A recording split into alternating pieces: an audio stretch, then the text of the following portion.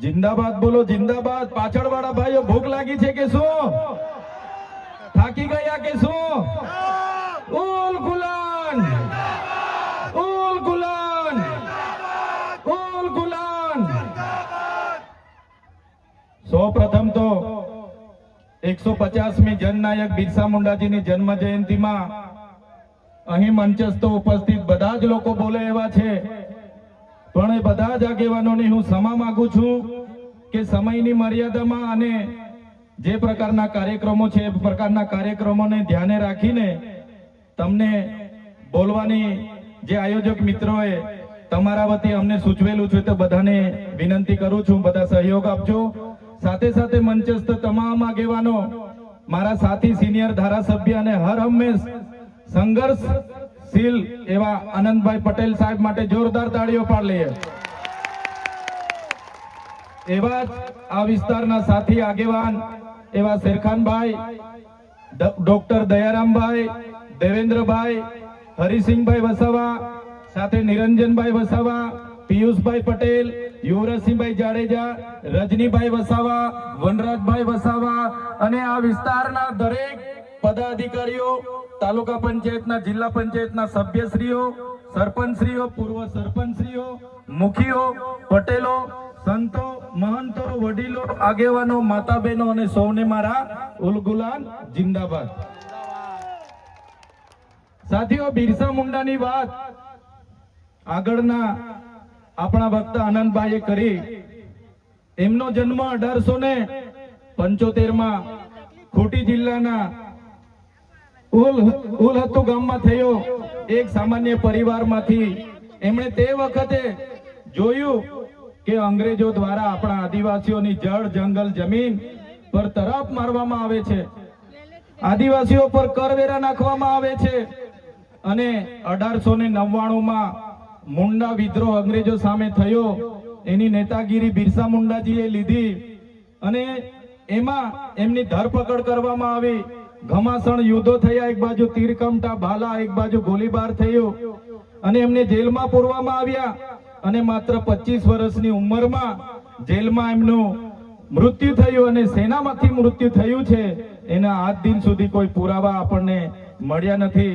ત્યારે સાથીઓ, આ બિરસા મુંડાનો ધ્યેય આદિવાસી સ્વાયત્ત રાજ, આદિવાસી સ્વતંત્ર રીતે સ્વમાન શેરની જેમ જીવે એવો ધ્યેય હતો।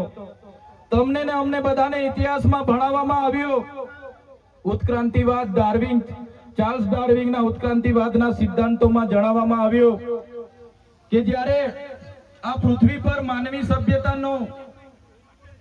સભ્યતાનું ઉત્પન્ન થયું ત્યારે આદિમાનવ તરીકે સૌપ્રથમ પૃથ્વી પર આદિવાસીઓ આવ્યા।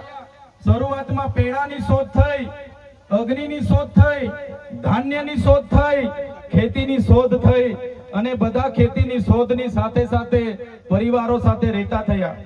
પરિવારો સાથે રહેતા થયા એટલે નાના નાના ગામો, નાના નાના કબીલાઓ બન્યા અને એ કબીલાઓના મુખીઓ બન્યા, સરદારો બન્યા અને શાંતિથી પ્રકૃતિ સાથેનું એમનું જીવન ચાલુ હતું।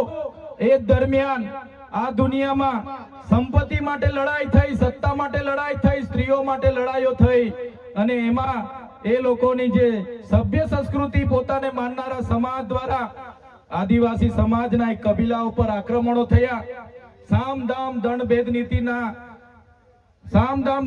નીતિ અંતર્ગત જ્યારે આપણો આદિવાસી સમાજના એ લોકો સરેન્ડર નહીં થયા તો યુદ્ધો કરીને આપણા કબીલાઓ છીનવાઈ ગયા અને આપણું શોષણ થયું, ઘર્ષણ થયું, જળ, જંગલ, જમીનો છીનવાઈ અને તમે જોયું હશે આપણા દેશ પર બહારથી મુગલો આવ્યા, ડચો આવ્યા, હુણો આવ્યા, અંગ્રેજો આવ્યા, પોર્ટુગીઝો આવ્યા, ફ્રેન્ચો આવ્યા અને આ અંગ્રેજોએ પણ 200 વર્ષ આપણા દેશ પર રાજ કર્યું। એ ઇતિહાસથી લઈને આજ દિન સુધી આદિવાસીઓનું માત્ર ને માત્ર શોષણ થતું આવ્યું છે। ત્યારે આદિવાસીએ આઝાદીની લડતમાં પણ તમે જોયું હશે, તમે બિરસા મુંડાનો ઇતિહાસ વાંચો, તમે ગુરુ ગોવિંદનો ઇતિહાસ વાંચો, ટાટિયા મામા ખાદ્ય નાયકનો ઇતિહાસ વાંચો, તમે માનગઢ ધામમાં થયેલો હત્યાકાંડનો ઇતિહાસ વાંચો, તમે દડવાડામાં પાલ દડવામાં થયેલો હત્યાકાંડનો ઇતિહાસ વાંચો તો આ ઇતિહાસમાં આદિવાસીઓ અંગ્રેજોને હંપાવ્યા પણ કૂટનીતિ કરીને અંગ્રેજોએ આપણા લોકોને નરસંહાર કરી અને આપણા વિસ્તારમાં આપણા ક્રાંતિકારી લોકોને શહીદી વહોરવી પડી. દેશના આઝાદીમાં આપણું આટલું મોટું યોગદાન હતું. દેશ આઝાદ થયો, દેશમાં લોકશાહી આવી, લોકશાહીમાં દેશમાં બંધારણ બન્યું અને બંધારણની કલમમાં 444, 244, 13 કમાં આપણા વિસ્તારને 5મી અનુસૂચિ તરીકે જાહેર કરવામાં આવ્યો. એ જ પ્રકારે દેશના આસામ હોય, સિક્કિમ હોય, મિઝોરમ હોય, નાગાલેન્ડ હોય, મેઘાલય હોય, તમામ રાજ્યને અનુસૂચિ 6 અંતર્ગત સમાવેશ કરવામાં આવ્યો. ત્યારે અનુસૂચિ 6 ત્યાં લાગુ કરવામાં આવી અને ગુજરાતમાં આજ દિન સુધી અનુસૂચિ 5 લાગુ કરવામાં નથી આવી. અને આ સત્તામાં બેઠેલા લોકો અનુસૂચિ 5 લાગુ હોવા છતાં પોતાનો સત્તાનો દુરુપયોગ કરીને આદિવાસીઓની જમીનો છીનવી રહ્યા છે, આદિવાસીઓના ખનીજો છીનવી રહ્યા છે, કુદરતી સંપાદનો છીનવી રહ્યા છે. રોડના નામે, ડેમના નામે, આ વિસ્તારમાં કોરિડોરના નામે, જીએમડીસીના નામે, હાઇડ્રો પાવરના નામે, જીઆઈડીસીઓના નામે, સરકારી આવાસોના નામે, સ્ટેચ્યુના નામે આજે આદિવાસીઓને એમની જમીનો છીનવાઈ રહી છે. આજે આખા દેશમાં 80 લાખ આદિવાસીઓ વિસ્થાપિત થયા છે. એ આ સરકારો દ્વારા કરેલી દેન છે સાથીઓ. આજે ગુજરાતમાં, આજે દેશમાં 8% આદિવાસીઓ છે. 2011 ની વસ્તી ગણતરી પ્રમાણે 11 કરોડથી પણ વધારે દેશમાં આદિવાસીઓ છે. આજે ગુજરાતમાં 15% આદિવાસીઓ છે. 1,25,00,000 આદિવાસીઓ ગુજરાતમાં છે. 29 જાતિઓ ગુજરાતમાં આદિવાસીઓની છે. આજે તમે મને બતાવો કયા ક્ષેત્રમાં આદિવાસીઓ 15% છે, બતાવો મને. તમે સચિવાલયમાં જશો, આદિવાસીઓનું લિસ્ટ તમે માંગજો. તમે હાઈકોર્ટના જજની યાદી જોઈ લેજો. તમે ઇન્ડસ્ટ્રીયલના આપણા આદિવાસીઓને કેટલા લાભો મળ્યા છે જોજો. તમે રિયલ એસ્ટેટમાં આપણા આદિવાસીઓની સંખ્યા જોજો. ત્યારે આઝાદીના 78 વર્ષમાં સરકારોએ માત્ર ને માત્ર આદિવાસી બજેટમાંથી અમૃત મહોત્સવો કાઢે છે, વિકાસ મહોત્સવો કાઢે છે, ગૌરવ યાત્રાઓ કાઢે છે અને પોતાના તાઇફાઓ કરે છે. ત્યારે હવે આપણે બધાએ જાગી જવાનું છે અને આ સરકારને 2027માં ઉખાડીને આપણે ફેંકી દેવાની છે. સાથીઓ, અમે 4 વર્ષ પહેલા જનનાયક બિરસા મુંડાજીની પ્રતિમા ડેડિયાપાડામાં સ્થાપના કરતા હતા અને એમના વિચારોને ઉજાગર કરવા માટે, એમના વિચારોમાંથી આવનારી પેઢી પ્રેરણા લે માટે અમે ત્યાં પ્રતિમા સ્થાપિત કરતા હતા. ત્યારે આ ભાજપના સાંસદ મનસુખભાઈ વસાવા, 3 જિલ્લાની પોલીસ અને એમના આરએસએસ વાળાએ આપણને ત્યાં પ્રતિમા સ્થાપતા અટકાવી દીધા હતા અને પ્રતિમા સ્થાપતા આપણા ઘણા લોકોને ડિટેન કર્યા હતા. 3 જિલ્લાની પોલીસ અમને પકડવા માટે આવી હતી, છતાં આપણે એમનાથી ડર્યા નથી અને બિરસા મુંડાની પ્રતિમા ડેડિયાપાડામાં સ્થાપિત કરી છે. ત્યારે આજે દેશના વડાપ્રધાનને આજે ડેડિયાપાડા આવવું પડે એ આપણા બધાની તાકાત છે, તાકાત છે. ત્યારે વડાપ્રધાન ડેડિયાપાડા આવે છે ત્યારે લોકોને ભેગા કરવા માટે 500 કરોડ આદિવાસી બજેટમાંથી જોગવાઈ કરવામાં આવી છે. હજારો બસોની વ્યવસ્થા કરવામાં આવી છે અને બધા કર્મચારીઓને એમાં લગાડી દેવામાં આવ્યા છે. આજે ડેડિયાપાડાના ગામડાઓમાં ટીડીઓ ના મળે, તલાટીઓ ના મળે એવા ગામડાઓની ગલીઓમાં આ ગુજરાતના નાયબ મુખ્યમંત્રી, એમના મંત્રીઓ, એમના સાંસદો, એમના ધારાસભ્ય ડેડિયાપાડાના ગલીઓમાં 4 દિવસથી ફરે છે. જે લોકો એસી ચેમ્બરોમાંથી બહાર નહોતા આવતા, જે લોકો ગાંધીનગરમાં પડ્યે ફતારીએ રહેતા હતા, એ લોકોને ગામડે ફરતા કરી દીધા. એ આપણી બધાની તાકાત છે ભાઈઓ.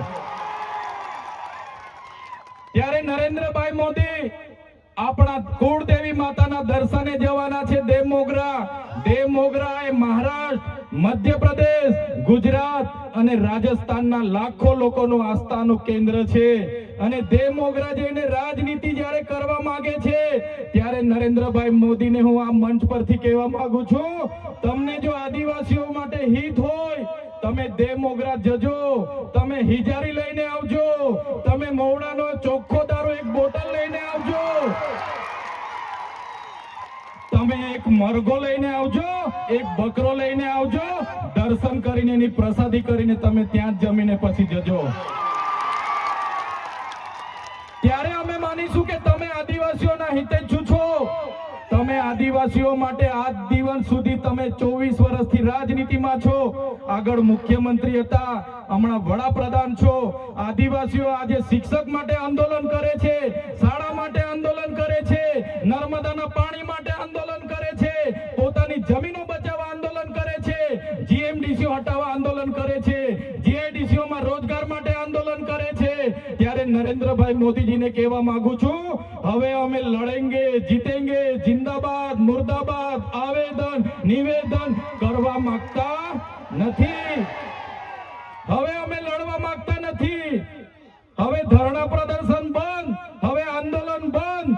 જો અમારી 5મી અનુસૂચિ, જો અમારા પૈસા એક, જો અમારી અનામત, જો અમારી 73 એની જમીનોને આવનાર દિવસોમાં જીએમડીસી ના નામે માગશો, માલસામોટ પ્રોજેક્ટના નામે માગશો, હાઇડ્રો પ્રોજેક્ટના નામે માગશો, અણુ મથકના નામે માગશો, તો અમે આંદોલન નથી કરવાના, અમે નેપાળવાડી કરવા માટે ગાંધીનગર આવવાના છે.